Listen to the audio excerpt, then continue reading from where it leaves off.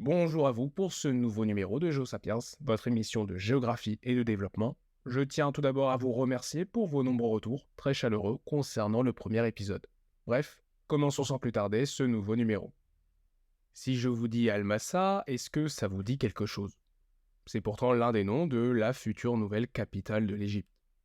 Elle est donc censée remplacer le Caire et est encore en construction.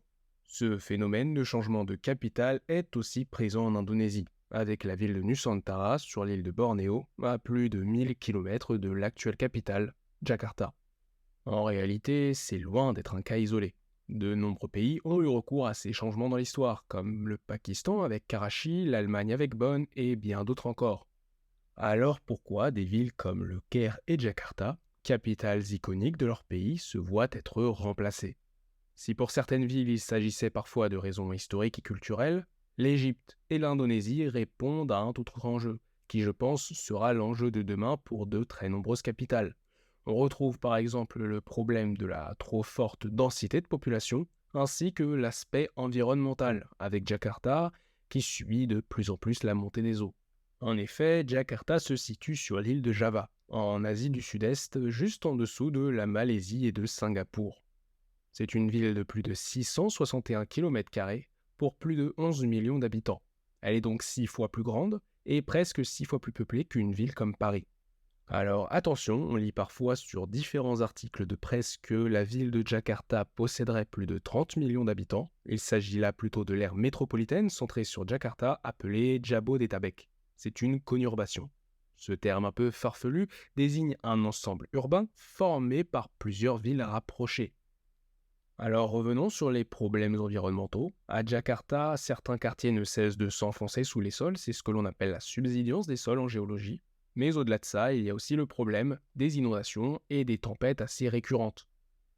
En janvier 2020, une partie de la ville connut une inondation sans précédent causant près de 70 morts.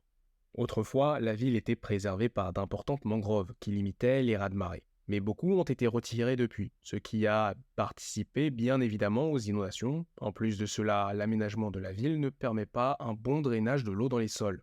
Alors au-delà des problèmes d'inondation, on retrouve aussi tout simplement le problème de la population qui est trop importante pour la ville.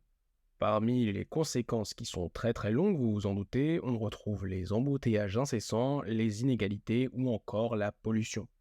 Avant de parler du Caire, voyons quel est le projet pour la nouvelle capitale de l'Indonésie.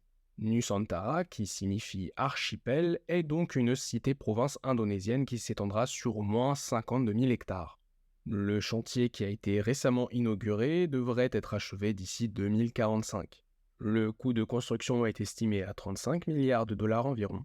La ville se veut particulièrement axée sur le concept des Smart Cities dont j'ai évoqué dans la précédente émission.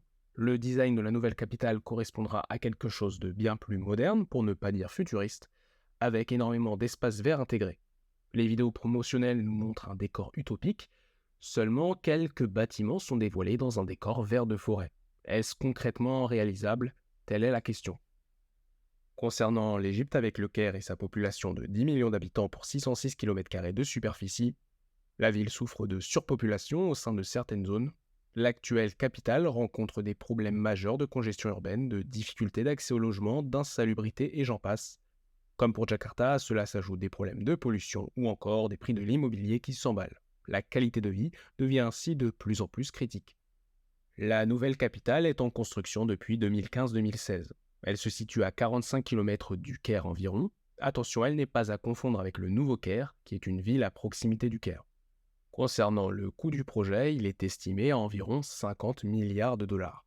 Malgré ce projet pharaonique servant à désengorger le Caire, nombreux urbanistes égyptiens critiquent le projet, car la ville étant trop proche de l'ancienne capitale, cela risquerait en réalité de reproduire le problème initial, mais sur une plus vaste zone, augmentant ainsi l'importance de l'agglomération sans forcément diminuer la densité de population du Caire à long terme. Alors on peut évidemment nuancer tous ces projets de construction. Ils servent entre autres à redynamiser le pays et améliorer son image à l'international. L'enjeu de notre siècle, c'est aussi le renversement des pouvoirs traditionnels, ou plutôt disons des modèles traditionnels. Les pays considérés comme étant des Suds ou en émergence souhaitent ainsi marquer leur développement en devenant des modèles internationaux. Néanmoins, on peut se demander si tous ces projets futuristes verront concrètement le jour. Il est fort probable qu'ils connaissent des retards de construction importants. De plus, la question des ressources n'est pas à négliger. À une époque où le sable pour les constructions devient de plus en plus rare, il se peut que cela vienne compliquer les choses. En bref, on ne peut pas prédire l'avenir des projets long terme d'une aussi grande envergure. Ce sont des projets particulièrement complexes et on peut légitimement douter parfois de leur efficacité. En bref, comme nous l'avons vu, un pays peut changer de capitale pour des raisons historiques, mais aussi environnementales, bien que tout cela reste avant tout politique. Les projets de construction sont fascinants et méritent notre attention. Peut-être faudra-t-il un jour que toutes les grandes capitales changent de lieu en raison de l'augmentation de la population. Je vous remercie d'avoir écouté ce numéro de GeoSapiens. On se retrouve très bientôt pour un prochain épisode.